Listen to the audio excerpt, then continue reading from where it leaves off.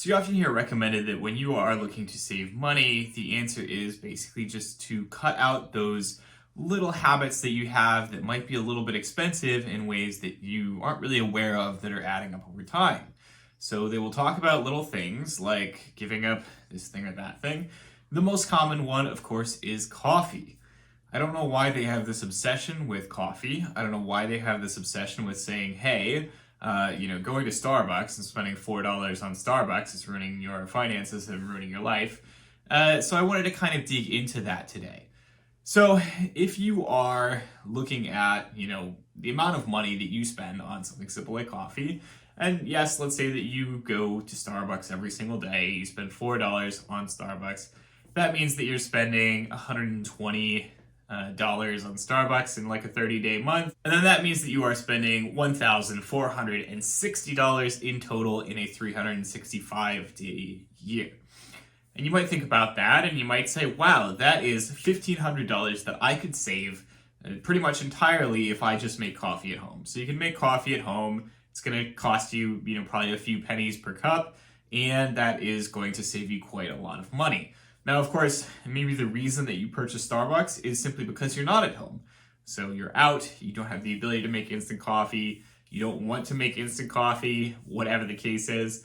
And so you're like, hey, I'm just gonna grab a coffee at the Starbucks because that is what is most convenient to me in this moment. And yes, in those cases, you could maybe prepare better in the future to have coffee that you can bring with you and things like that.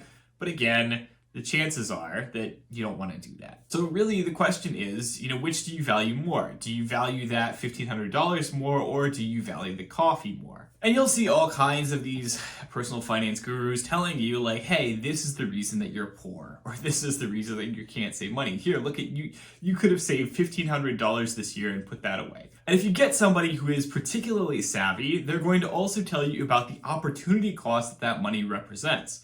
So if you were to take that money and you were to be investing it instead every single week for that entire year, and let's say that you started at the age of 18 and you're investing every single week, the amount of money that you would have spent on that coffee, so you're investing $28 a week for the entirety of your working life for 47 years, from the age of 18 to the age of 65, then what you're going to end up with is quite a lot more money, because then what happens is that money is then put into an investment. That investment is compounding over time, and that compounding exponentially makes up more and more money. And so over time, you can come to quite a lot of money. So they might tell you, hey, you know what? This coffee is not just $1,500 a year. It is $1,500 a year for 47 years. And that is going to total up to about $70,000.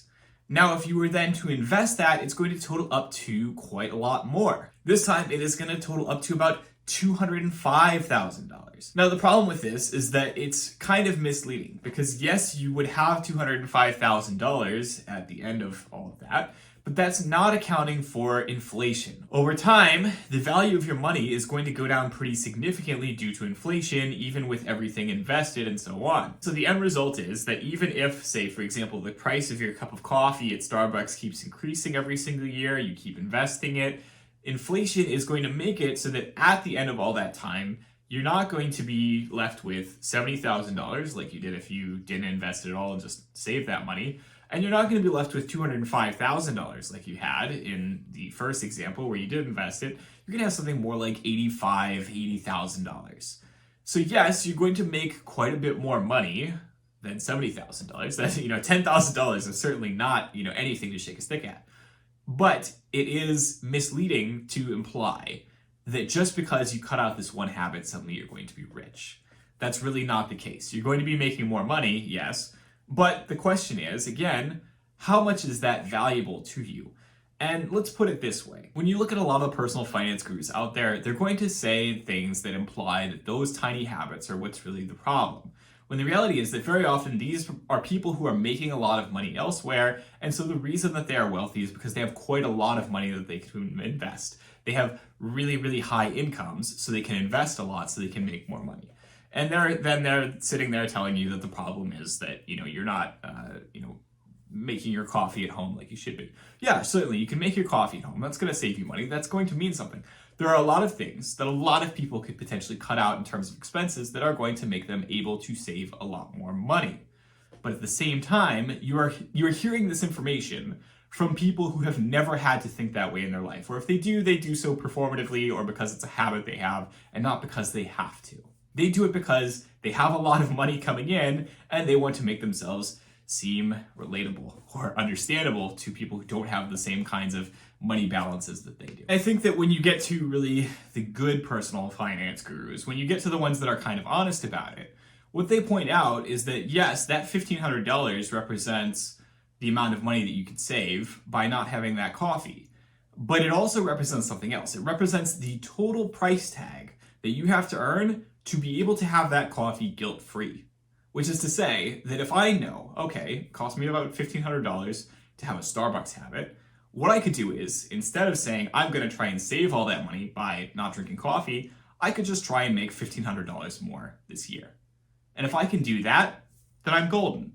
And so for me, where, for example, I do a online fitness coaching business where clients pay me typically between $100 and $200 a month, that's basically just one client. I find one additional client takes me a little bit more time to work with that client, obviously. It's a few more hours of work here and there every single week, but it then is entirely paid for. I don't have to think about it. If I want to have that coffee, if I want to have 2 coffees, if I want to have 3 coffees, all I have to do is find a few more clients. And I can take the steps to make that possible for me. And so what really the good personal finance gurus will tell you is that it's not about aggressively cutting out all of the things that give you joy that might cost a little bit of money in your life. Yes, again, there might be some things where you're wasting money on things that are really not giving you the amount of joy that you hope for, and so on.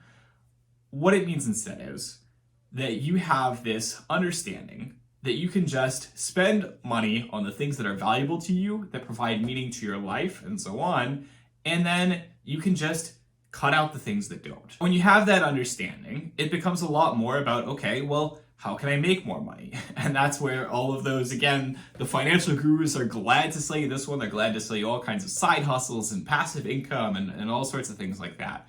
And of course, the reality is that it's a lot more difficult than they make it sound, because that is what it is. But there are, in many cases, plenty of ways that people could be making more money on the side, doing all kinds of things, so long as they are not sold to the idea of just having a 9-to-5 and nothing else, and that being the entirety of their working lives. Because when you are looking at something like a coffee, the amount of money, the maximum amount of money that you could save by cutting out that coffee is $1,500. You could entirely decide, you know what, I'm never going to drink any coffee again. I'm just going to drink water. My life will suck, but I'm going to do it. And I will save the entirety of that money, and I will save myself $1,500. The bottom end limit of how much money that adds to your bank account is $1,500 a year. That's the bottom end limit. That's the maximum amount of money that can add by cutting that out of your life. There is no upper end limit to how much more money you could make if you were able to start a side hustle that had the ability to scale indefinitely. There, would be no limit for me, for example. My limit in terms of how many clients I take on is just how much time, how much effort I want to put into it. If I want to take on more clients, I can always do more work and find more clients. And I can always continue to scale my income that way. And that means that the potential upside for something like that is significantly higher than $1,500. And so for me, do I worry about the coffee? No, not particularly. Now, the reality is, right here, I am drinking a really nice instant coffee. Why is that? The answer is because I'm lazy. I don't like getting dressed. I don't like getting out of the house. I don't like walking to Starbucks. I don't like walking to the nearest coffee shop. And that's simply not me. I don't like interacting with another person to have my coffee. I don't really mind the taste. I just like what is quick, what is at hand, and what is available. So for me, I'm going to probably drink instant coffee the rest of my life. That's not one of my vices. I've got plenty of other vices. I spend plenty of money I don't need to on all kinds of other things. But those things make me happy. And so that's why I do it. And that's why, it's like, you don't think about that as money that's wasted. You don't think about that as money you could have invested instead. Because I've got plenty of money that I have put aside elsewhere. That's not the point. The point is that I focus on spending money on the things that I care about, and I focus on saving money on the things that I don't care about. And for you, make that decision for yourself. Is the Starbucks coffee worth it for you? Who cares? Make that decision. Let that guide your life planning and move on.